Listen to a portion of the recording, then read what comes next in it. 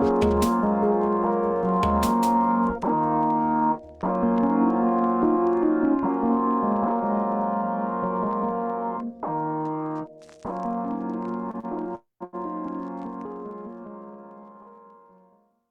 ¿cómo están? Muy buenos días. Muchas gracias por estar con nosotros en este segundo día de transmisiones dentro de la Semana por la Legalización y Despenalización del Aborto aquí en la Facultad de Ciencias de la Universidad Nacional Autónoma de México. Muchas gracias a nombre de la Comisión de Equidad y el mío propio. Soy la doctora Carla Ramírez y les doy la más cordial bienvenida a este evento. El día de hoy tenemos la ponencia Mi cuerpo, mi decisión, descentralizar las normativizaciones corporales por la maestra Adri Percasteguide Rojas. Y para introducir un poco el currículum, la semblanza curricular de nuestra ponente, me voy a permitir leerla. Ella es pedagoga y psicoanalista, es miembro de la Association for Size, Diversity and Health, de la World Professional Association for Transgender Health y de la Red Multidisciplinaria de Investigación sobre Discriminación, del Consejo para Prevenir y Eliminar la Discriminación de la Ciudad de México. Ha colaborado en espacios educativos de distintos niveles con organizaciones civiles y colectivas en temas de migración, feminismos y diversidad sexogenérica, además de ser docente en la Facultad de Ciencias de la UNAM. Muchas gracias, Adri, por esta ponencia que nos vas a compartir y pues los micrófonos son todos tuyos. Muchas gracias, doctora. Muy buena tarde. Gracias por estar por acá. Pues nada, el agradecimiento al espacio, a la Comisión de Igualdad.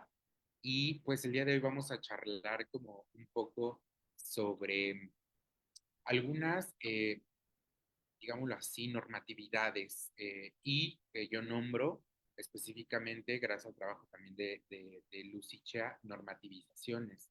¿Y por qué llamarlo de esta manera? Bueno, pues porque desencubre, digámoslo así, o le quita estas miradas oscuras que hay a estas normativizaciones, a estas imposiciones y algunas cuestiones que tienen como un agente activo que trata de encubrir, de maquillar, de matizar y que por dentro, en el fondo, pues llevan una relación de poder, una imposición y ciertas cuestiones de estigma, ¿no? O incluso de prescripción, que un poquito vamos a hablar más adelante de ello, de cómo deben de ser las corporalidades, y pues más que nada como en un ambiente contemporáneo, ¿no? Hablando de contemporaneidad, de modernidad, y cómo nombrarlo así, bueno, pues es mi cuerpo y es mi decisión. Ahora buscamos la liberación de las corporalidades, ¿no? También hablar de cuándo sí es una decisión y cuándo no, ¿no? Hay cuestiones que se nos imponen y que hay personas que no se dan cuenta o no nos damos cuenta de que estamos siguiendo una línea, una normativización de algo que alguien en algún momento impuso y pues bueno, así nos vamos por la vida y es por eso la importancia del tema del día de hoy, ¿no? De empezar a trabajar pues, las corporalidades desde otros enfoques. Y pues bueno, por eso hablamos un poco de norma, ¿no? De una norma. Sin embargo, pues acá, como les decía, vamos como desnudando el concepto y decir, bueno, pues es una norma, fue creada, ¿no? Legitimada, en tercer momento impuesta, y en cuarto momento que todas las personas participamos de esa reproducción de algo que alguien dijo o que en algún momento socioculturalmente, temporalmente, históricamente, pues se impuso. Sin embargo, estas normas pasan a un plano de prescripción, ¿no? De cómo deben de ser las cosas y en un segundo momento pues se naturaliza, ¿no? Decir que, ejemplo, que un cuerpo delgado es más sano que un cuerpo gordo. Es algo que culturalmente y en el ámbito biomédico pues también se ha naturalizado. Entonces, bueno, pues es un poco empezar a desmenuzar, a desnudar los conceptos. Y por eso hablamos de normativizaciones, bueno, porque creemos que hay un agente que ha tratado de encubrir, de maquillar o de hacer pasar por de manera sutil este concepto. Entonces, cuando decimos, ¿por qué una normativización? Bueno, pues porque es un proceso donde una norma se ha transformado, donde ha sido creada y se transforma. Entonces, esa es la importancia de por qué hablar epistemológicamente de normativizaciones. Y pues bueno, aquí introduciré dos conceptos que a lo mejor las personas que nos dedicamos a los estudios de género y también a las cuestiones sociales, pues podemos hablar de biopolítica, ¿no? Como ese concepto que se enmarca como cómo se mide la vida, cómo se prescribe la vida, cómo estas relaciones de poder, en cómo se dicta, ¿no? Cómo debe ser la vida y también las corporalidades. Es este enlace que se hace desde este concepto de biopolítica a las normativizaciones.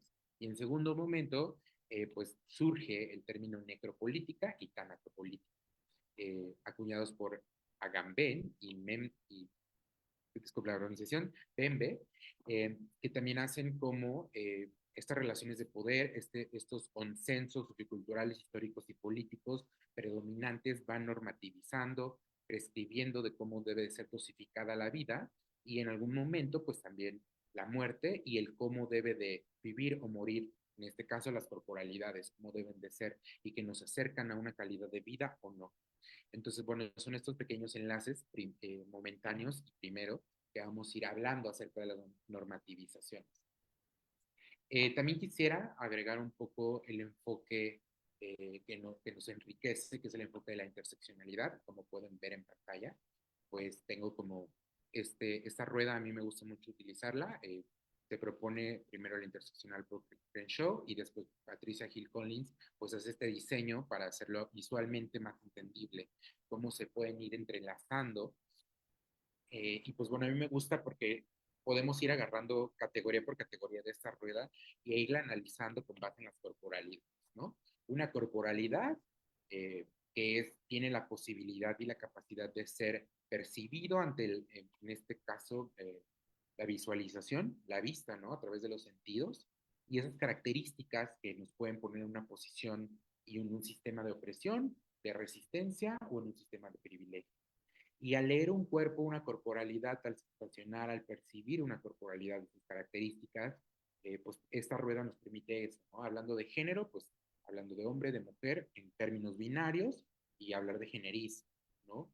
Cumpliendo con estándares de feminidad, de masculinidad, en cuestiones de racismo, ¿no? Si eres una persona blanca, una persona racializada, perteneciente a alguna comunidad afrodiaspórica, el eurocentrismo y las características que ciertas corporalidades se han impuesto como rasgos eurocéntricos.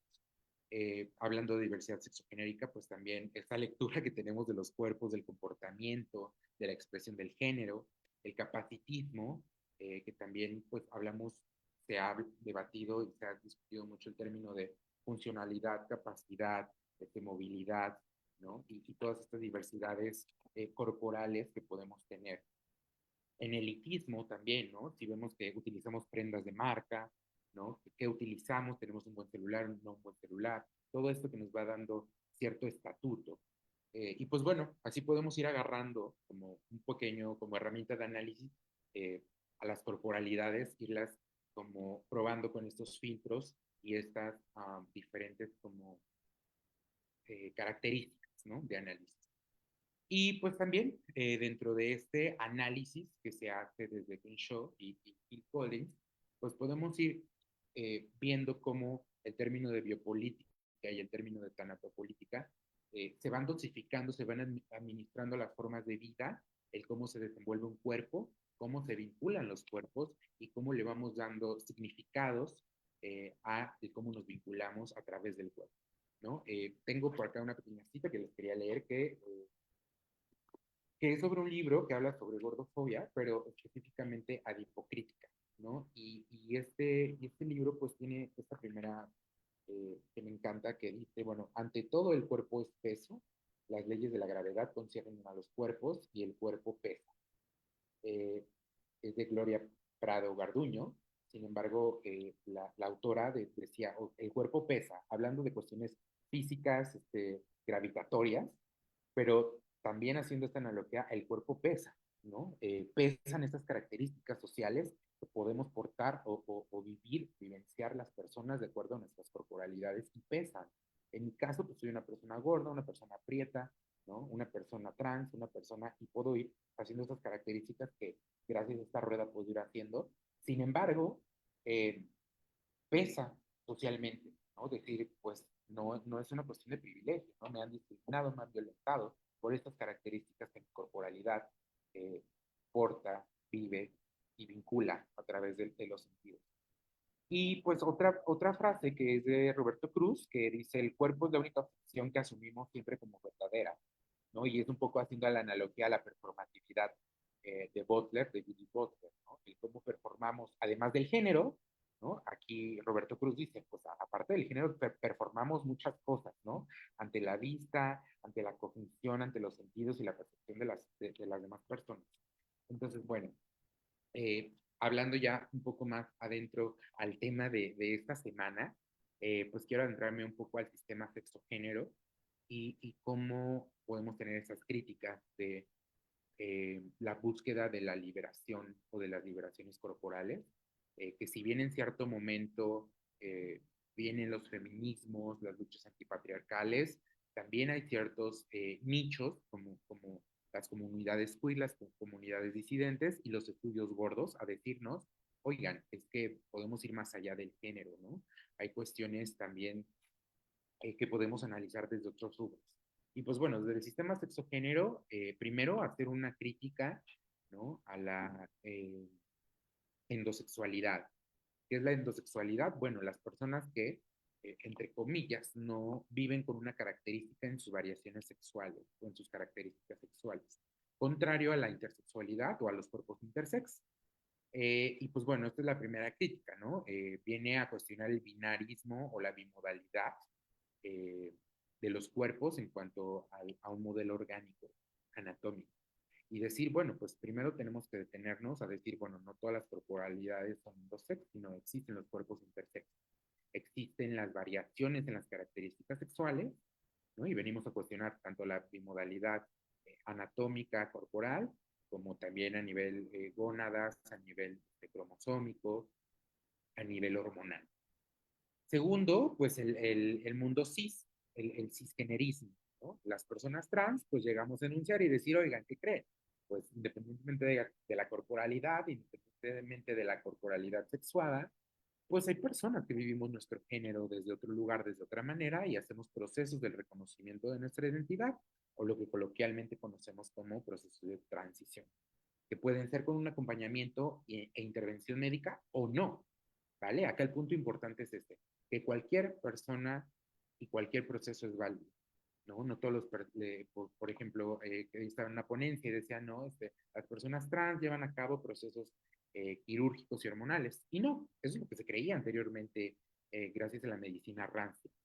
Sin embargo, ahora, desde las voces, aquí podemos ver dos citas de dos agrupaciones y colectivas disidentes, ¿no? Transmasculinidades MX y Furia Trans NB, que son colectivas que vienen a hacer esas críticas de personas trans y decir, oigan, también las personas trans contamos con la posibilidad de gestar, ¿no? En el caso de las transmasculinidades, en el caso de personas NB, en el caso de hombres trans, ¿no? Contamos con la posibilidad de gestar y también debemos de estar en las pláticas y en las luchas en la despenalización del aborto, ¿no? Por ejemplo.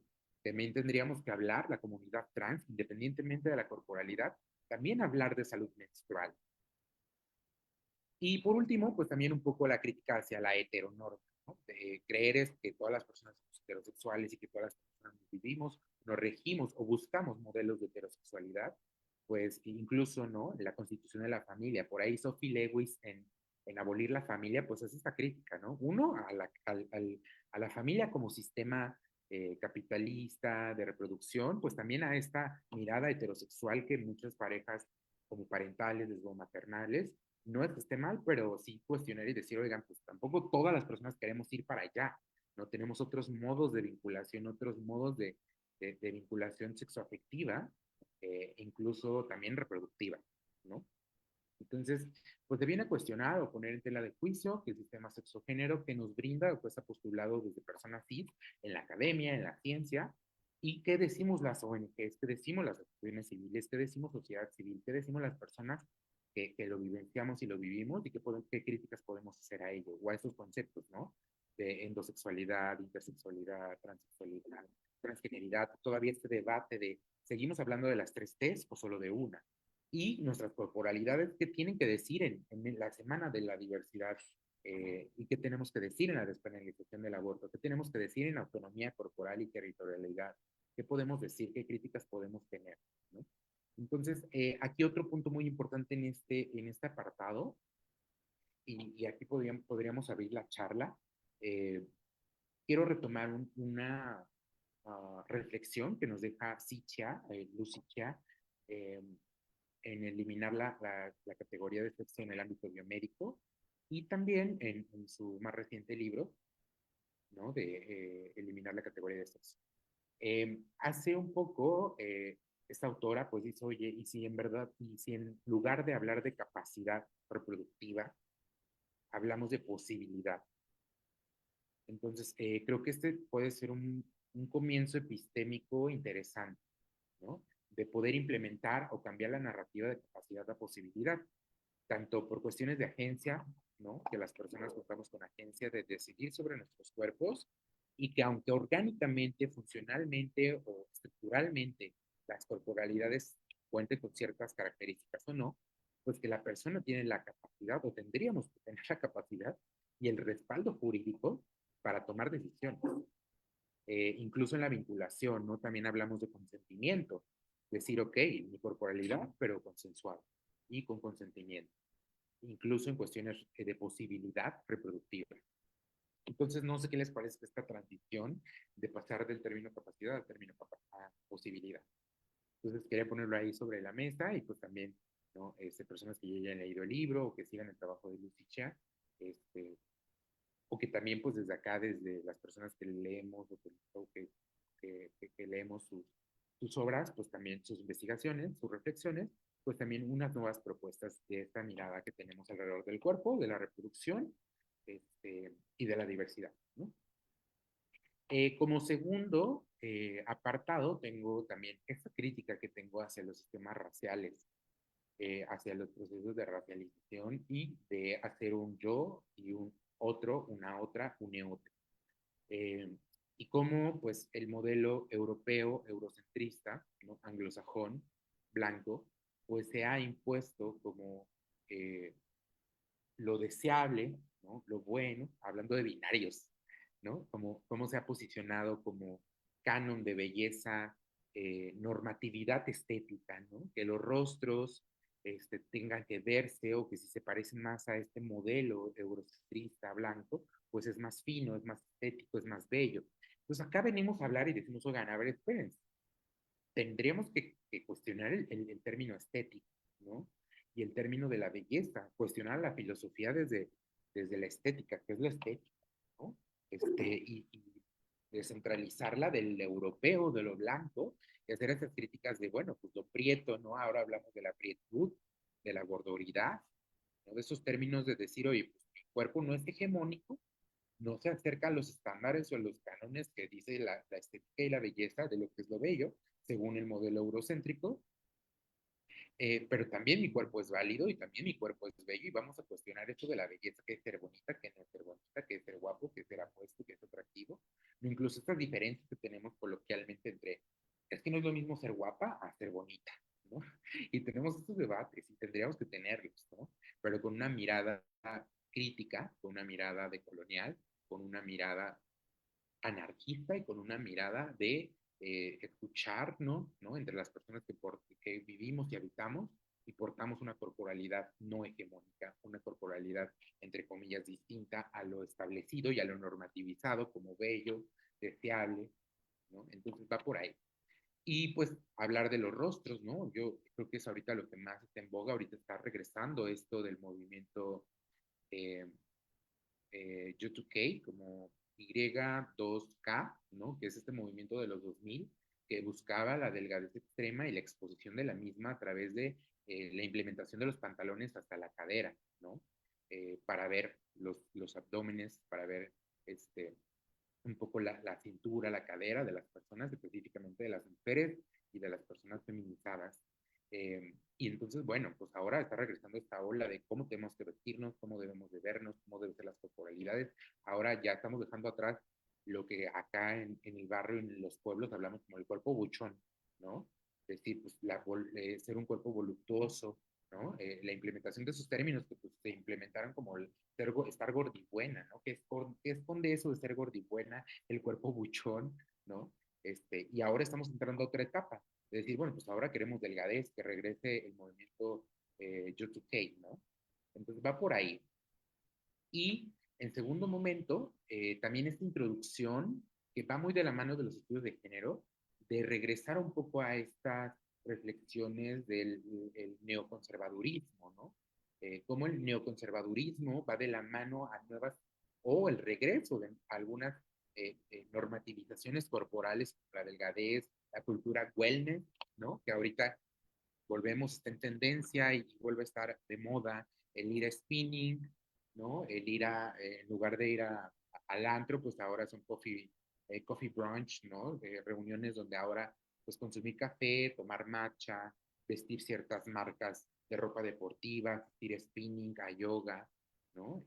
A pilates, ¿no? Que ahora el autocuidado disfrazado, perdón, el neoconservadurismo disfrazado de autocuidado, ¿no? Entonces también creo que a los estudios de género y a estos espacios que apuestan por las corporalidades y la liberación de las corporalidades, tendríamos que hablar de esto que está pasando culturalmente en México, en Latinoamérica y a nivel mundial.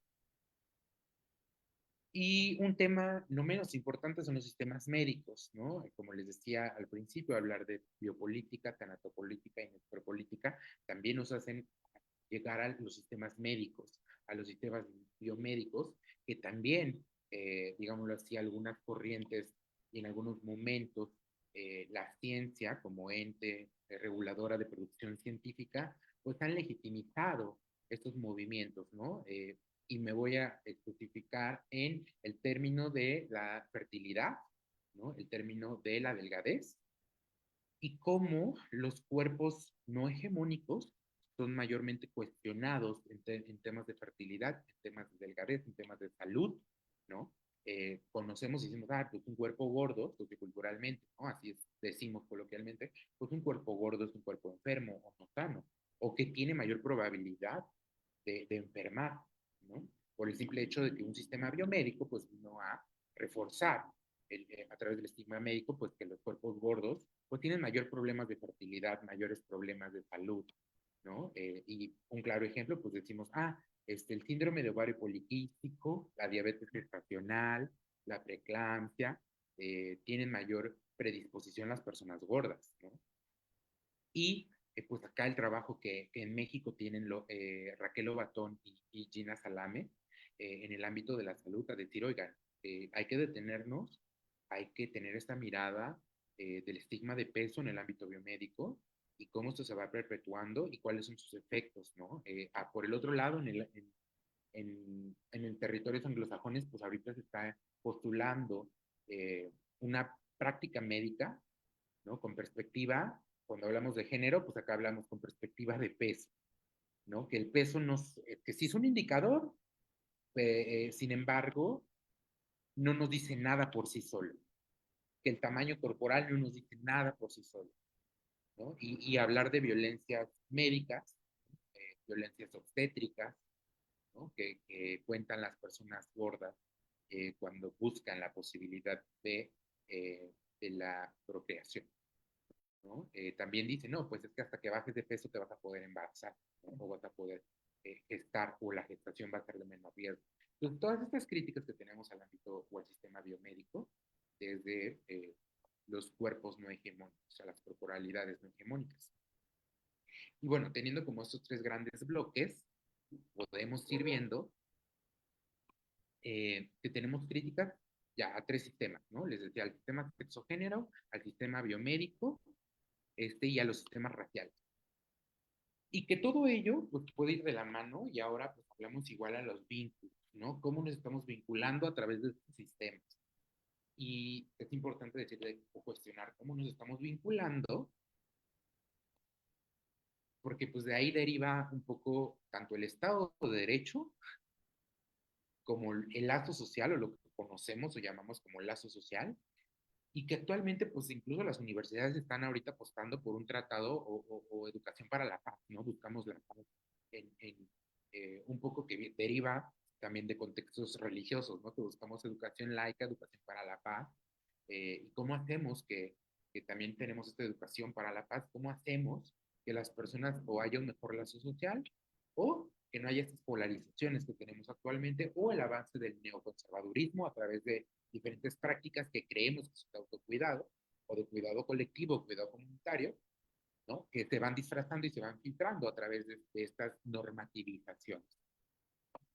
Y pues nada, va por ahí. Y pasando un poco a esto de las vinculaciones, pues hablaremos de familia, ¿no? Hablaremos de eh, parejas, ¿no? Hablamos de vínculos sexoafectivos, hablamos de cómo nos relacionamos con otras personas que no viven o no les percibimos de igual manera a través de sus corporalidades y características. Entonces, es como este primer momento también de sentarnos y decir, ¿cómo nos estamos vinculando? Para mí, en el tema, no sé, del deseo, de la atracción, para mí, ¿cómo es un cuerpo atractivo? Un cierto nicho, ciertas características que me parecen atractivas o no, ¿no? Y que también por incomodarnos, es decir, a veces decimos, es que en gusto se rompen géneros, ¿no? Es que, pues, a mí me gustan así, ya, no, esos gustos tienen un trasfondo, ¿no? En estos sistemas, tanto en el ámbito biomédico como en los sistemas raciales, como en el sistema sexogénero, ¿no? Entonces, bueno, un poco este filtro y más adelante quería presentarles un videillo que a mí me gusta mucho, que viene a decir, porque también ahorita estas generaciones trabajo con adolescencias, con juventudes, y también estamos como mucho en las aulas hablando de, oigan, pues es que no tengo pareja, ¿no? O parece que no soy lo suficientemente atractiva, o no voy a tener novia hasta que sea lo suficientemente delgada, o es que creo que, no sé, mi apariencia no ayuda, ¿no? Y acudimos a muchas metodologías, tecnologías, ¿no? Para la transformación de los cuerpos que son válidas, sin embargo, ¿desde qué lugares los estamos haciendo? Entonces, aquí también entran, vuelvo a retomar el término de biopolítica, ¿no? ¿Quién está dosificando y cómo se está dosificando lo atractivo, lo saludable? Eh, y pues déjenme ponerles el video. Viene subtitulado, entonces déjenme dejar de compartir y compartir el video aparte. Creo que está por acá. Compartir.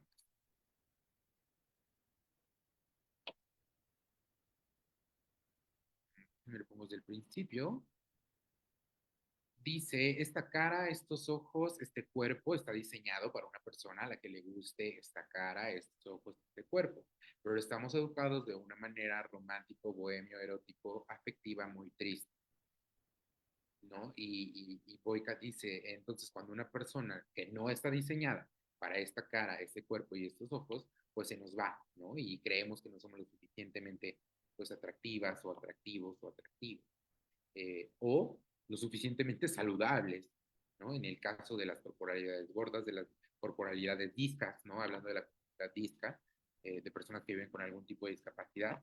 Entonces también este tipo de críticas hacemos, como esta corporalidad pareciera que es una carta de presentación, ¿no? Socioculturalmente, y que acá pues tenemos más críticas. Sin embargo, la apuesta de esta charla es también al ámbito biomédico. También tendríamos que señalar al ámbito biomédico y a la producción científica de estos sesgos que se tienen de acuerdo a las corporalidades. Entonces, bueno, en términos generales es eso.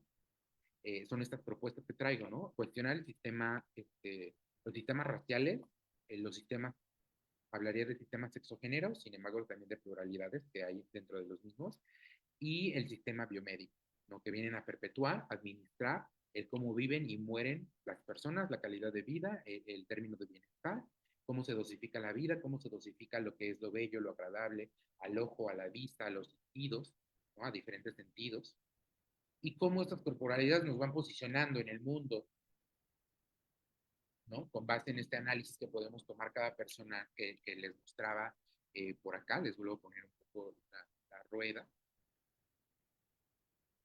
del principio, ¿no? Pueden ocupar la rueda, buscarla ahí en la web y decir, ok, esta soy yo, esta persona, soy Adri. ¿Cuáles son mis características? Primero como descripciones, ¿no? Eh, Conceptos que me ayuden a describir mi corporalidad, ¿no? Pues soy gorda, soy alta, soy morena, o ahora pues estamos reivindicando la palabra prieta, pues soy prieta, ¿no? Soy velluda, ¿no? Y eso, empezar a describir sin ningún estigma, ¿no? Es lo que soy. A veces cuesta, ¿no? Y también ser un poco nobles, compasives con este proceso, porque no es fácil, no es sencillo reconocernos a veces frente al espejo, frente a la mirada de las demás personas y decir, bueno, pues soy gorda, ¿no? Sin ningún estigma. Ese es mi tamaño corporal, soy gorda, ¿no? Tengo un cuerpo grande. Ok, sin estigma, me estoy describiendo. Sin embargo, en un segundo momento sería, bueno, ¿y qué hago con esto? ¿Qué implica esto en la sociedad? ¿No? Y empezar a reconocer y a lo mejor comunitariamente, ¿no? Con otras personas gordas, pues empezar a hablar de nuestras experiencias, de nuestras vivencias, que nos pueden haber aprisionado en procesos de exclusión, de violencia, de discriminación en algún momento de nuestras vidas por alguna de estas características. Entonces, ahora que apostamos, bueno, primer momento describirnos, segundo momento reconocernos, tercer momento compartir vivencias, experiencias, obviamente, y yo lo recomiendo, pues no pasarlo sola y solo y sole, ¿no? Son procesos a veces dolorosos, ¿no? Reconocernos como personas que hemos sido víctimas de violencia. Y otro punto muy importante que también, como hablaba con una amiga recientemente, pues que también podemos ser personas que hemos discriminado, excluido, violentado por alguna razón de alguna de estas, ¿no? Que podemos ver en pantalla. Entonces, bueno, pues reconocernos como personas que podemos afectar y ser afectadas según nuestras corporalidades, sus características, qué prejuicios, qué estereotipos, qué estigmas, qué sesgos tiene mi mirada, mi percepción, mis sentidos, en dónde clasifico a las personas, si es algo que pasa por mi mente o no a la hora de vincularme con alguien, y popularmente qué estigma social llego a ver en la televisión, en los medios de comunicación, de acuerdo a las corporalidades, ¿no? Al tono de piel, al racismo, al colorismo, a la gordofobia. Y también cerrar, vayámonos con esta propuesta que les decía, ¿no? De trasladarnos del término capacidad al término posibilidad, que creo que nos puede ayudar mucho a la liberación de las corporalidades en el término de la reproducción. También cuestionar los sistemas raciales, la estética, la belleza, la blanquitud, la delgadez, el capacitismo, ¿no? ¿Qué cuerpos son más válidos, menos válidos según lo que puede producir, hacer, ¿no? Cómo se habita, cómo habita el mundo, cómo se vincula, cuestionar todo eso, ¿no? Hacernos las preguntas pertinentes. Como les digo, siempre recomiendo hacerlo en grupo, ¿no? Con personas que también estén como en este proceso, ¿no? Creo que hacerlo sola o sole, pues puede ser un poco no tan habitable. Y pues esto también, ¿no? Cuestionar el ámbito biomédico, los sistemas médicos. Y esto nos va a ayudar a que las corporalidades, las vidas y las vivencias, perdón la redundancia, sean más vivibles, más habitables, que nuestro cuerpo no nos pese, ¿no? Como la frase que les decía al principio. No debería de pesarnos el cuerpo, ¿no? Hablando desde ámbito, ¿no? No gravitacionalmente, sin embargo, que no nos pese el cuerpo. Y pues también hacer estas críticas, ¿no? Que en un momento llegó el movimiento del body positive. eh, Sin embargo, creo que también como todo buen secuestro capitalista, pues se secuestra este término y este movimiento del body positive y ahora también se convirtió en un mandato, ¿no? Tienes que amar tu cuerpo a toda costa. Y es como, no, acá la crítica y nace otro nuevo concepto del body neutrality, la neutralidad corporal. No tengo que amarlo para respetarlo. No tengo que amar mi cuerpo para respetarlo. Y hay una frase que me gusta mucho que justo dice, no tengo que amar mi cuerpo para respetarlo. Sin embargo, en el proceso pueden ocurrir cosas interesantes, ¿no? Tampoco es odiarlo, tampoco es amarlo, eh, pero no importa pase lo que pase, ¿no? No, sino ahora hablamos de neutralidad corporal. Existe un cuerpo que lo habito, no tengo que modificarlo. Si lo llego a modificar, que las razones sean propias, que sean conscientes, que sean desde lugares amables, compasivos, y que esto no determine el cómo me vinculo, o no debería de determinar el cómo nos vinculamos. ¿Pasa? Sí, pero desde qué lugares lo estamos haciendo y abrirnos a la plática y al debate. Y pues nada, creo que por mi parte es todo y abro el micrófono al diálogo. Y pues nada, las reflexiones que nos deja la propuesta del día de hoy, que espero que también no haya sido tan tediosa, pero bueno, pues ahí lo dejo para abrir al diálogo. Muchas gracias. Muchas gracias, Adri, por esta ponencia. Y no nos va a dar tiempo a hacer quizás todas las preguntas, entonces las pasaremos para después las contestes en el chat de Facebook, pero vamos a hacerte algunas. ¿Quieres que te haga de una en una o como de dos en dos? O... Yo creo que de dos en dos, o si crees que Va, se parecen, doctora, me las dale. das. Te hago unas tres primeras, a ver, lo que nos vaya dando tiempo. La Ujú. primera es de Suriel. ¿Qué mensaje le darías a estudiantes que buscan construir una vida universitaria más inclusiva y diversa? La segunda de Alejandro Rivera. ¿Qué tanto impacta el factor de clase en la imposición de determinadas corporalidades? Y la tercera de Gerardo Gael. ¿Qué factores culturales, históricos y geográficos han influido en la construcción y transformación de las corporalidades en México? Vale, gracias, doctora. Bueno, la primera, como qué mensaje le darías a estudiantes universitarios. Creo que para construir una vida más inclusiva y diversa, creo que así le mencionó, pues uno sería, creo que el primer paso ese, que creo que me surge también un poco reciente con la plática que les decía, con una amiga, pues reconocernos, y creo que desde los cuidados y la bioética, reconocernos como personas con capacidad de afectar y de ser afectadas, ¿no? Ahora estamos muy radicalizados, ¿no? Como, pues somos funables o no somos funables, ¿no? Reconocer que somos personas, punto, con posibilidad de afectar a otras personas y de ser afectadas. Desde ahí, segundo paso, pues un poco de esta moralidad, trabajar la moralidad interna, ¿no? Yo siempre digo, creo que no vivimos en un estado y en un sistema laico, incluso aunque nos nombremos como ajenes a algún movimiento religioso, espiritual, o nos marcamos en un estado de derecho neutro, objetivo, pues sí vivimos con un sistema interno, ¿no? Moral, que nos hace también decir, bueno, soy buena persona o no soy mala persona. Entonces creo que también dejarnos un poco de los adjetivos calificativos, de estas imposiciones morales. Entonces, de reconocernos creo que es el primer paso. Dos, darnos cuenta que todas las personas somos diversas, ¿no? Hay muchos tipos de hombres, muchos tipos de mujeres, muchos tipos de personas no binarias, y dentro de esa diversidad hay diversidad, ¿no? Cuando hablamos de diversidad LGBT o de comunidad LGBT, dentro de esta comunidad hay mucha diversidad. Hay cuerpos gordos, delgados, altos, bajos, ¿no? Hay personas que viven con alguna discapacidad, hay personas que no, personas que se viven dentro de los espectros neurodivergentes, ¿no? Que se conocen así. Entonces, reconocernos que dentro de la diversidad existen las diversidades de todo tipo, ¿no? Entonces, bueno, desde ahí. Entonces, yo creo que esos serían los pasos, como los ABCs que dentro de mi experiencia, tanto personal como docente y como estudiante, me han ayudado en esos espacios. También decía un poco del factor de clase. El factor de clase es totalmente determinante, ¿no? En qué se permite y en qué no dentro de la clase social a la que perteneces, ¿no? Históricamente también ha sido, acá más abajo decían, como qué factores culturales, históricos y geográficos han influido en la construcción de las corporalidades en México. La clase social es uno de los grandes determinantes o normativizadores, es un modelo normativizador la clase social, ¿no? Un ejemplo, hace algunos 15 años, cuando yo me vivía en la infancia, pues decían, ay, ese niño está gordito, está saludable porque come bien, ¿no? Pero come bien porque pues hay dinero, ¿no? O hay esta abundancia alimentaria, acceso alimentario, ¿no? Obviamente no, pero por ahí va, ¿no? Esta narrativa, ¿no? O las personas o las niñeces que habitan cuerpos muy delgados, están en pobreza extrema, pues es porque son pobres, ¿no? O no existen cuerpos gordos pobres, ¿no? Entonces sí, es un determinante y la lectura, ¿no? La clase social. Entonces creo que también de qué se permite y qué no se permite dentro de qué clase social, ¿no? También el género es un determinante en la lectura, en la generización de los cuerpos, ¿no? Ejemplo, dentro de la masculinidad o la categoría de hombre es mayormente permitido el ser una persona de cuerpo grande, ¿no? Socialmente no es un determinante para ser bello o no ser bello, ser atractivo o no ser atractivo.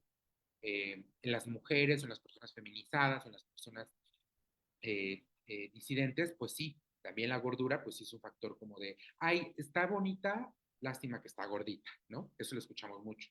Entonces, sí son cuestiones que se van entrelazando, que se van interponiendo.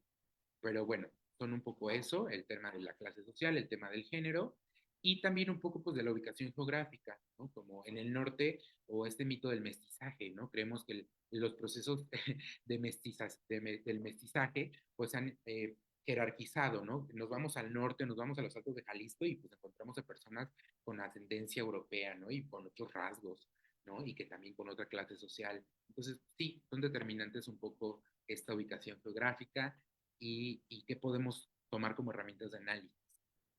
Creo que ya respondí esas tres, ¿no, doctora? ¿Hay algunas otras? ¿Nos da algún tiempo de alguna otra? Sí, sí, si quieres unas dos más y Ujú. ya. Las siguientes son, ¿qué acciones concretas podemos emprender como comunidad universitaria para promover la autodeterminación corporal? Pregunta Paula. Y Abril, ¿qué estrategias educativas considera más efectivas para cuestionar y desmontar la gordofobia en la universidad? Ok. Eh, Otro tema también, creo que ya les había dicho, aparte de estos determinantes, pues el sistema biomédico, ¿no? Ha venido un poco a reforzar el estigma, ¿no? Hacia los cuerpos gordos, en su momento hacia los cuerpos racializados, y creo que todavía existe, ¿no? Que la ciencia salió un poco como ahí a sostener el racismo. Acá pues yo diría, pues ahora es la gordofobia, ¿no? También queremos eliminar. ¿Y qué acciones concretas? Uno, yo creo que campañas eh, en sociología, creo que en sociología sí está esto de la sociología del cuerpo, no es una línea terminal de estudio. Creo que en la universidad acercarnos a estos seminarios, porque ahí se analiza un poco esto de qué factores culturales, históricos y geográficos van moldeando la concepción y la transformación de las corporalidades. Pero algo importante que también quiero dejar en claro, que el cuerpo, creo que el capitalismo nos ha hecho daño en eso, creemos que el cuerpo es una bola de masa, de plastilina que podemos moldear y mover y quitar y transformar.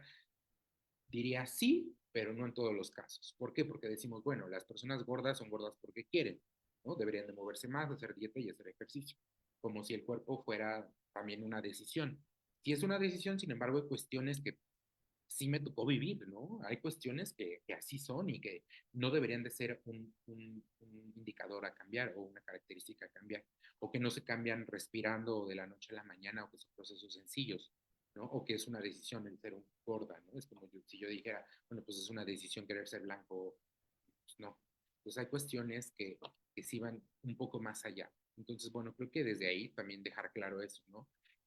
Tener cuidado con esta cultura wellness que está naciendo y perseverando ahorita en México, ¿no?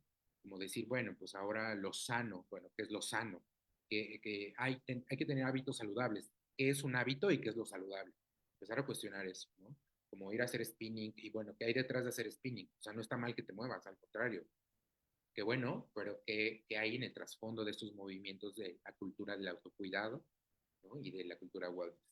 Y como comunidad universitaria, pues tener estas campañas de concientización, estas charlas, estos grupos, empezar a juntarnos con nuestras amistades, nuestros amixes, nuestros docentes, ¿no? Y empezar a tener estas conversaciones que pueden ser incómodas, que pueden ser dolorosas, ¿no? Entonces, también tener cuidado un poco de que haya personas que puedan dar contención, de dar acompañamiento, ¿no? Porque son procesos delicados a veces, ¿no? ¿Y qué estrategias educativas decía más efectivas para cuestionar y desmontar la gordofobia en la universidad? Eh, bueno, a mí me brinca un poco porque en las universidades y en las clínicas públicas y en el transporte público ahorita pues hay una campaña, ¿no? De cuidado de la salud, ¿no? Ahorita en niveles educativos inferiores, como educación básica, pues hay estas campañas de vida saludable, y hasta la asignatura de vida saludable, ¿no? Y pues seguimos satanizando alimentos, seguimos creando en niñeces esta mala relación con el movimiento, con la alimentación, ¿no? Estigma hacia los ultraprocesados, hacia el no moverte, ¿no? También, pues es una decisión el moverme o no moverme, ¿no? A eso se le llama salutismo, ¿no? Que creemos una superioridad moral a quien sí tiene hábitos saludables, ¿no? Entonces, yo creo que campañas concretas o estrategias educativas, quitar esos flyers que hay en las universidades, en las clínicas, en el transporte público, que satanicen alimentos, que elogien la delgadez o satanicen la obesidad, ¿no? Está el Día Internacional contra la Eliminación de la Obesidad y el Sobrepeso, ¿no? Entonces, cuestionar ese día y toda la propaganda que tiene la Secretaría de Salud, ¿no? Las universidades, ¿no? Las licenciaturas, medicina, nutrición, fisioterapia, ciencias del deporte, ¿no? Que suelen ser licenciaturas o hay asignaturas o docentes que siguen perpetuando estigmas hacia la diversidad corporal, ¿no? Hablando de gordofobia, pero también hacia personas que viven con algún tipo de discapacidad motriz, ¿no? que en esas licenciaturas pues sí hay mucho estigma todavía. Entonces, bueno, yo creo que serían esas como qué estrategias, cuestionar. Lo primero es cuestionar. Si vemos un flyer de eso, quitarlo. O quién autorizó que se pegara este flyer con esta información, ¿no? Ok, vamos a hablar de hábitos saludables, pero ¿qué es un hábito? ¿Y qué es lo saludable? Y que no estigmatice ninguna corporalidad. Entonces, primero, pues, ¿qué se está haciendo? ¿Qué ya hay? Porque ya hay cuestiones que se hacen, ¿no? ¿Qué campañas se hacen? Bueno, cuestionar eso que ya hay e ir transformando hacia otros lugares, ¿no? Entonces, yo creo que con eso. Y pues nada, con eso cierro, doctora. Muchísimas gracias por el espacio y gracias por a las personas que nos hicieron llegar sus preguntas. No, al contrario, Adri, muchas gracias por esta ponencia, por tu tiempo, por compartirnos tus experiencias también. Y pues a nombre de la Comisión de Equidad, muchas gracias a ti, a la audiencia que está pendiente de nuestros eventos, a todos los alumnos de servicio social que hacen posible esta transmisión.